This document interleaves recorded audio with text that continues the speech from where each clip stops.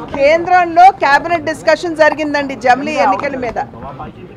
ఎన్నికల మీద ఇవాళ కేంద్రం నిర్ణయం చేయడం జరిగింది. దేశవ్యాప్తంగా కూడా ఇంతకు ముందు రామ్నాథ్ కోవింద్ గారి నాయకత్వంలో ఒక కమిటీని ఏర్పాటు చేశారు. ఆ కమిటీ ఇవాళ తన రిపోర్ట్ని కేంద్ర నాయకత్వానికి ఇచ్చారు. వారు కూడా దీన్ని స్టడీ చేసి ద్రౌపది ముర్ము గారికి ఇవ్వడం జరిగింది.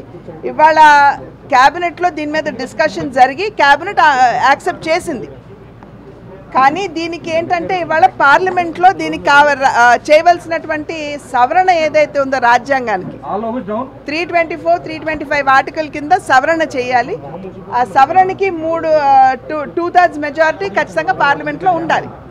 కనుక ఇవాళ ఏమన్నారంటే పార్లమెంట్కి శాసనసభకి ఒకేసారి ఎన్నికలు జరుగుతాయి. దాని తర్వాత 100 రోజులు అయిన తర్వాత స్థానిక సంస్థలకి జరుగుతాయి.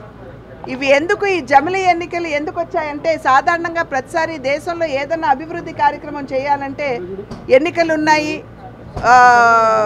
మోడ్ ఆఫ్ కాండక్ట్ ఉంది కాబట్టి మీరేమి చేయలేరు అని ఎక్కడికక్కడ కొన్ని సందర్భాల్లో అవరోధాలు కలుగుతున్నాయి. కనుక అవరోధాలు లేకుండా మనం అంతరాయం లేనటువంటి అభివృద్ధి చేసుకోవాలి అని అంటే ఒకేసారి ఎన్నికలు అయిపోతే ఇది సాధ్యం అనేటువంటి ఆలోచనతోటి చేశారు. దీనిలో ఉన్నటువంటి కష్ట నష్టాలు అన్నింటి మీద కూడా కూలంకుషంగా చర్చ జరుగుతుంది. అండ్ మేము మంచి ఆశలో ఉన్నాం. ఖచ్చితంగా అందరూ కూడా దీన్ని యాక్సెప్ట్ చేస్తారని ఆశిస్తున్నాం. ఏంటండి ఆబ్వియస్లీ వారేమో వారికి చేసేటువంటి అభ్యర్థన ఒకటే, దేశాభివృద్ధిని దేశ మంచిని కొంచెం దృష్టిలో పెట్టుకుని వారు నిర్ణయాలు చేస్తే బాగుంటుంది అని చెప్పి నేనైతే భావిస్తున్నాను. విదేశాలకు వెళ్ళి భారతదేశాన్ని కించపరిచే విధంగా భారతదేశ